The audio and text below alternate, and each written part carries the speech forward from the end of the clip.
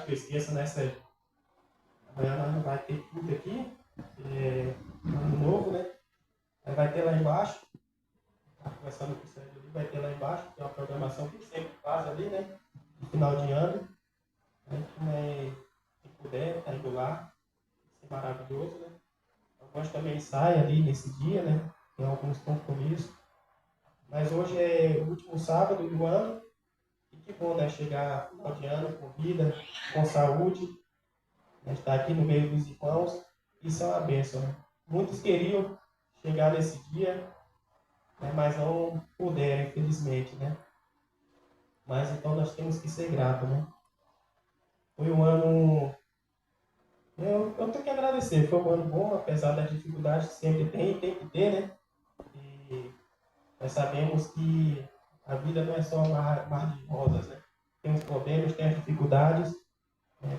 Sabemos também que no cenário mundial também tem pessoas que não podem falar assim como nós estamos falando, né? Pessoas que estão lá em guerra, conflito, passando momentos difíceis, tensos. Nós também, isso deixa nós também tristes, de certa forma, né? Agradecer que nós vivemos em um país que ainda temos liberdade religiosa, né? Temos a liberdade de vir aos cultos, né? De falar de Deus, apesar de sabermos que um dia isso também não vai ter mais, né? Mas enquanto tem, nós temos que agradecer a Deus, né? Por essa bênção de estar aqui. Hoje, eu vou falar de um tema bem popular, né? Acho que todo mundo já ouviu falar, que é da oração intercessória, né? A importância da oração intercessória na vida do cristão, né? E às vezes, não sei você, às vezes a oração intercessória, ela tem um preço. Nós pagamos um preço quando nós intercedemos por alguém, não é, vida? Não é fácil, esse preço é muito, muito alto, porque requer nosso tempo, renúncia.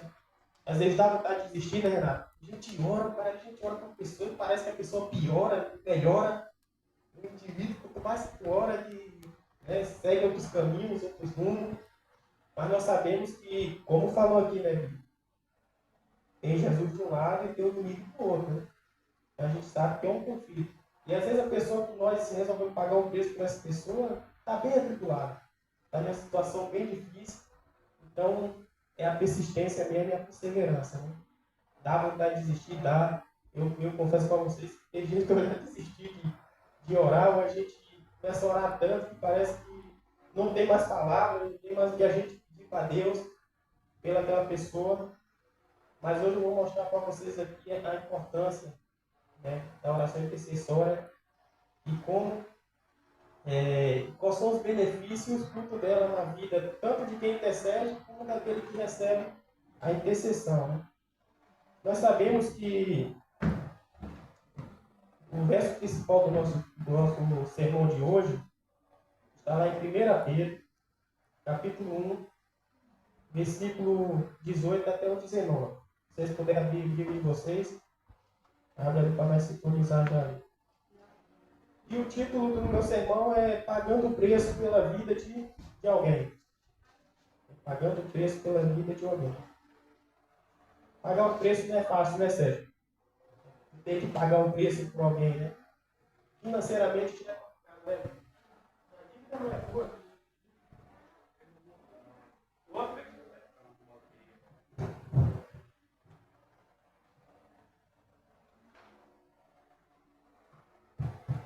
A dívida não é minha, a vida não é do Vitor, não é do Sérgio, mas a gente resolve pagar a dívida por alguém. Isso é que é um preço, né? É caro, às vezes, esse preço, né? Às vezes não dá vontade, às vezes a pessoa, espiritualmente falando, nenhum de nós merecemos, né? Mas humanamente falando, tem aquelas que a gente fala, o Vili merece, eu vou pagar, né? O Sérgio não merece, não, vou dar nem um centavo por esse daí. É assim que a gente calcula as coisas, né? Mas lá em 1 Pedro, de capítulo 1, 18 a 19, alguém poderia ler para mim?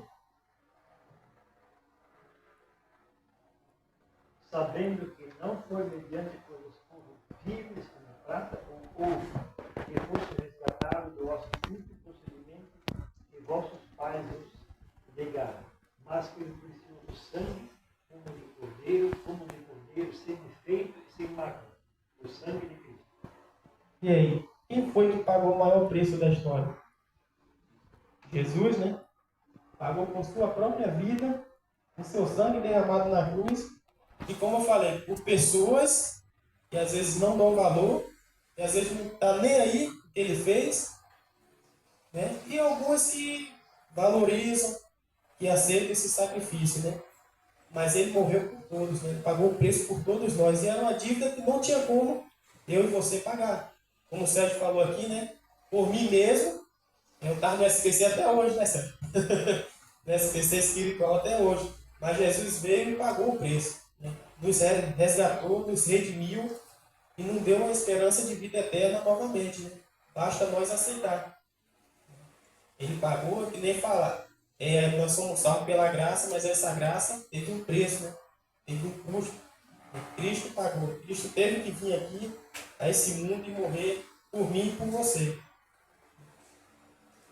E agora, quando a gente vai para a Bíblia, eu gosto muito do exemplo de um pai da Bíblia. Ele intercedia pelos filhos. E às vezes eu posso estar falando para vocês que já desanimou de orar pelos seus filhos. Às vezes desanima, eu oro, não tem jeito, não quer vir para a igreja, não quer parar de beber, ou seja, droga, o vício. Cada um tem uma dificuldade na família, né? Orar pelo seu pai também, né? Eu lembro que eu orei bastante pelo meu pai, ele bebia muito. Graças a Deus, hoje.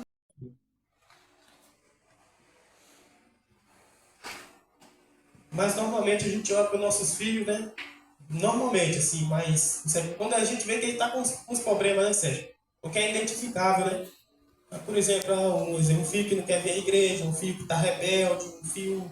Várias situações, né? Mas aqui o que me chama a atenção de Jó é que ele antecipava isso aí. Né? A gente sabe, a Bíblia fala que Jó era um homem muito rico e tinha 7 filhos e 3 filhas, e sempre eles faziam um banquete, né? Hoje na casa do Sérgio, outra semana na casa do Renato, na casa do Vila. Né? E nesses banquetes que ele fazia, eles comiam e bebiam, e Jó ia acordar de madrugada e oferecia sacrifício em prol dos seus filhos. Orava a Deus, né, entregava a vida dos filhos na mão de Deus, né, preocupado se de repente eles tinham blasfemado contra Deus ou feito algo que desagradava a Deus. Que exemplo de pai, né? Ele antecipava, às vezes, nós oramos, mas às vezes quando já vê um problema, né? A Agatha está assim, o Senhor vai orar e tal. Mas às vezes quando o filho está tudo bem, né? Tudo tranquilo, a gente não ora, a gente não antevê, né? Eu vi um pastor falando, ele não é adventista, mas às vezes por preconceito a gente perde grandes lições com outros pastores, porque também, né, apesar de ele não ter conhecimento de muita verdade, às vezes conhece, mas não quer seguir, mas tem coisas também que dá para tirar proveito, né, Vitor? Como o vídeo que Vitor postou ali essa semana ali, né? Muito interessante ali, de 2 pastores, um da Igreja Bola de Neve e outro da Batista, falando que o dia certo de guarda é o sábado. E ainda eu gostei do Lamartine, né? Ele ainda deu um exemplo, falou como ele guardava o sábado, ele e a sua esposa. Né? Então, às vezes, com preconceito, a gente perde essas coisas. Eu vi um pastor falando, que ele falou que foi fazer uma missão na África, e lá é muito pesado, né? Na África não, Cabo Verde. Cabo Verde. E ele disse que quando era um terreiro onde tinha muitas macumbeiros, feitiçaria, essas coisas. E ele disse que toda vez que ele vai para a missão, ele tem um grupo de pessoas que ele pede para essas pessoas orar. Antes dele ir, um mês antes, ele pede para as pessoas orar. Porque ele falou, irmãos, antes de acontecer no mundo físico, acontece no mundo espiritual. Tem 2 forças lá. Eu vou com a missão. Satanás não quer que eu tenha êxito. E Jesus quer que eu tenha êxito. Então, bota as pessoas para orar, para jejuar, clamar por mim. E ele falou, e mesmo assim, às vezes é difícil. Quando eu cheguei naquela cidade, meus irmãos, não dá vontade de eu ler a Bíblia, não dá vontade de eu meditar. Eu senti uma energia pesada. Eu acho que algum de vocês já entrou em algum ambiente que você vê um clima pesado, uma energia pesada, sabe? E que você parece que está sem força, né, vida? Você pega a Bíblia, não vem vontade de ler, você vai orar, as palavras somem. Tem realmente isso aí. Com certeza tem. E ele disse que sentiu isso aí. Ele disse que ligou, tinha um grupo de pessoas, de mulheres que intercediam, falou. continue intercedendo comigo, continue orando, continue orando. Aí ele foi, que com o tempo ele começou a ganhar força e começou a pregar. Ele falou, então, irmão, as pessoas às vezes acham que não. Eu vou fazer missão, eu faço uma oração básica ali e deu. Ele falou, não, gente, é uma batalha espiritual. Quando você vai para o terreiro do inimigo, ele falou, eu estava no terreiro do inimigo. O terreiro era dele, ele estava em vantagem. Né? Mas os anjos de Deus estavam comigo. Então a oração, ela move montanhas. Então aqui eu gosto muito do exemplo de Jó, e às vezes nós como pai falhamos. Às vezes como aparentemente está tudo bem com nós não oramos. Né? Às vezes nós não oramos, Senhor, proteja meu filho na escola, por causa das influências que tem diariamente, as amizades, né? Diariamente com quem ele convive, no trabalho, seja onde for, a gente tem que orar. Eu falo por mim, não estou falando de ninguém por mim, às vezes a gente faz, né? A gente só quer orar quando já vê que está acontecendo, né? Ai, está diferente, está acontecendo isso, e a gente começa a orar. Mas quando está aparentemente tudo bem, ali a Bíblia não fala que os filhos de Jó eles tinham pecado, né? Mas ele falou, possa ser que meus filhos blasfemaram contra Deus, e ele oferecia sacrifício, acordava de madrugada e oferecia o sacrifício. Por cada um deles ali. Né? Então esse é um grande exemplo ali. Então, irmão, que eu quero falar da oração intercessória, porque chamou muita atenção para mim, porque assim, às vezes a gente pede oração aqui nos sábados, né? A gente ora uma, duas semanas, depois a gente esquece, né, amigo? Isso acontece com vocês. A gente esquece. E também, às vezes, é muito pedido, né? Às vezes é muito pedido de oração e a gente acaba esquecendo que a gente tem a correria do dia a dia, né? Mas, o que é que acontece? Às vezes, a nossa insistência, a gente perde as bênçãos, a gente perde de ver transformações porque a gente desiste. Desiste fácil. Nós oramos ali e acaba desistindo. E eu queria mostrar para vocês um exemplo que me chamou muita atenção. E nós vamos tirar muitas lições desse vídeo que o Diogo vai passar aqui, porque eu acredito que esse garoto aí ele foi usado pelo Espírito Santo. E vocês vão conhecer a história dele aqui, e é a história de uma irmã que resolveu pagar o preço pela vida dele. Uma irmã que resolveu pagar o preço pela vida dele. Se tu puder, Diego, primeiro colocar a foto da irmã dele ali.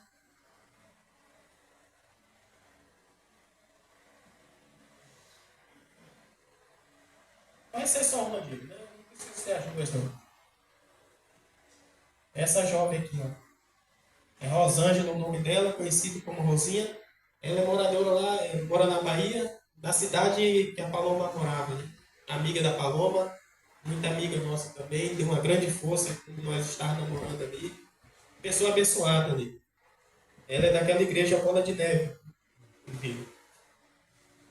Então a Rosinha lá na cidade de Piauí, eu creio, já falei isso com o Paulo, mas eu creio que, antes eu falava 70, mas eu vou botar assim, eu não sou IBGE, mas para ter uma coisa, 50% da população é usuária de droga. 50%. No bairro onde ela morava, ela não morava mais, mas ela morava, ela sentia que ele queria levantar, mas ele não ia. Aí eu sei que no último dia ele resolveu, foi lá e falou, não vou batizar o pastor, você quer se batizar? Eu falei, eu quero. Foi batizou assim. Disse que a igreja rachou, que uns não concordavam, que não concordava, e ficou aquela racha, né, na comissão. Esse cara aceitou a Deus. Um mês depois a esposa falou, meu, lá em casa é outro homem, se transformou. Está transformado esse homem. 3 meses depois esse homem era um exemplo na comunidade. Um dia lá passou no mercado, o cara veio e atirou e matou. Da morte desse cara, diz que os membros da fogueira quase todos já aceitaram a Cristo, e a cidade, muitas das pessoas na cidade aceitaram a Cristo através do testemunho de transformação da vida daquele rapaz. Diz que era um planteiro mesmo, o cara era, ele mesmo falou, não estou até vergonha, não dá, eu não presto. E esse rapaz morreu, a família aceitou, toda a família dele, e a cidade, muitas pessoas até hoje diz que estão se batizando através do testemunho do rapaz. Eu creio que só pode ser isso. Eu tiro alguém que está salvo e eu mexo com os outros. Às vezes tem que acontecer alguma coisa grande na nossa família, na nossa vida para a gente acordar. Esse Cristo, sabe o que ele falou? Ele falou da lição que nós estudamos aqui, não sei se foi no primeiro trimestre, ele falava de ajudar, necessitar dessas coisas. Ele falou, eu fui lá na comunidade, estava assim, veio o pessoal do Pará, fui lá visitar, estava passando fome, o cara só estava dando moradia a eles. Eu fui lá, dei R$1.000 para ele, depois ele falou que foi ajudar, eu dei 400. Aí no final, quando ele foi sair, ele me deu um abraço e falou, ô Luiz, eu nunca sabia que lá onde tu morava em Gabriel tem gente boa. Aí foi, me deu um abraço nele. Eu falei, o senhor também é gente boa? Eu falei, não, não sou. Eu falei, o senhor é gente boa. Aí ele falou, mas sabe o que eu estou aprendendo com isso? E depois que minha mulher morreu, eu estou me preocupando mais com os pobres. Eu falei, tá vendo? É uma lição. Com o tempo o senhor vai entender. Com o tempo o senhor vai entender. Hoje eu entendo que se minha mãe tivesse viva, eu era um garoto mimado. Eu não podia estar na igreja hoje. Amava minha mãe, era uma super mãe, mas me mimava muito. Ela era fraca, assim, emocionalmente. Eu poderia ser outra pessoa hoje. Meu pai já era firme, e quando eu pensava assim, como criança, às vezes eu pensava, conversando com os amigos, se fosse cair de morrer, quem queria morrer primeiro? Eu falava, eu preferia meu pai. Não que eu não amava meu pai, mas é que minha mãe era carinho, me dava um tapa, sabe? Era mais na conversa, permitia eu jogar bola, meu pai não permitia muitas coisas, entendeu? Mas o que? Deus sabe o que era melhor para mim na educação. Meu pai. Então, assim, eu cresci muito com meu pai. Talvez fosse minha mãe, ela já tinha mais 5 filhos. Foi uma mulher que sofreu bastante com o primeiro marido. O marido batia, tudo era uma pessoa traumatizada, era uma pessoa fraca. Eu poderia ser outra pessoa. Tá? Poderia, de repente, estar nas drogas. Então, Deus sabe, né, como é que ele conduz essa. E eu sofri nesse período, porque dos 14 anos até os 18, eu que cuidei do meu pai. Eu ia buscar ele bêbado na rua, eu tinha que fazer comida para ele, eu tinha que, sabe? Até defender ele, quer dizer, quando a pessoa está bêbada, todo mundo pega o respeito, começa a peitar, começa a fazer chacota da pessoa, né? Era triste, passamos fome, muita fome mesmo, às vezes nem faria seca para comer. Mas o que hoje eu vejo isso, tem gente que interpreta já assim, fala, eu nunca vou naquela cidade porque eu sofri bastante. Eu acredito que eu tinha que passar por aquilo para hoje eu dar valor a muitas coisas. Só que tem gente que já não interpreta, né? Outro já ia ter ódio do pai. Meu pai me abandonou, 4 anos ali, ó. Eu, sabe, me deixava à toa, dormia sozinho e tal. Então, cada um interpreta do jeito. Aquele peruano interpretou que a mãe dele vir para aqui morrer, foi uma dor grande, mas ele entendeu que a mãe morreu salva. O Fitz já está magoado com Deus, porque a mulher dele morreu, já de idade, 50 anos de casado. Então, cada um interpreta de um jeito, mas com o tempo Deus vai dando essa resposta, né? Então, pessoal, assim, quando eu olho a vida desse jovem, eu vi esse vídeo, me chamou muita atenção, porque, cara, ele reconheceu tudo que a irmã fez por ele. Tudo. Tudo, e foi transformado esse jovem. Morreu, morreu. Mas pode ter morrido em Cristo. Às vezes fala, às vezes eu posso ser que a irmã possa falar, mas nem adiantou, Senhor, eu orar, que ele não morreu aqui, mas morreu lá. Mas tem a diferença da morte, né, Vitor? Se ele morre lá, perdido, nas drogas, na criminalidade, mas ele morreu lá em Minas, com a família transformada, mudou o jeito de falar, mudou o jeito de se vestir, reconhecendo o poder de Deus, o poder da oração, aconselhando a irmã a pagar o preço por alguém. Mudou ou não mudou? Só que quando a gente vê, a gente não entende. É difícil mesmo a gente perder. É difícil a gente declarar, falando, mas o Erivelto foi ser um Cristo, os pais do Cristo, mesmo como está sofrendo os pais do Cristo. Teve um acidente, caiu, bateu a cabeça e morreu na hora, nem chance de ir para o hospital teve. É complicado, então assim, é complicado. Assim. É isso que eu estou falando, eu acredito que só pode ser isso aí. Porque minha mãe foi e meu pai não. Né? Só pode ser isso aí. E para nós finalizar, o que mais vai nos incentivar a viver uma vida de oração, de interceder pelas pessoas, está lá em Jó, capítulo 42, versículo 10.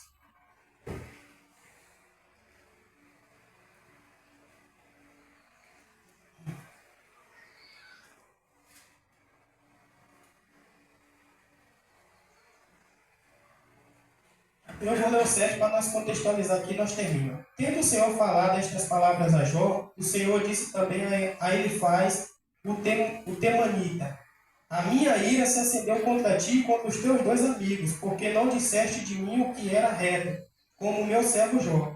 Tomai, pois, 7 novilhos e 7 carneiros, e ide ao meu servo Jó, e oferecei holocausto por vós. O meu servo Jó orará por vós, porque ele aceitarei a intercessão, para que eu não vos trate segundo a vossa loucura, porque vós não disseste de mim o que era reto, como o meu servo Jó. Então foram Elifaz, o Temanita, e Bildade, o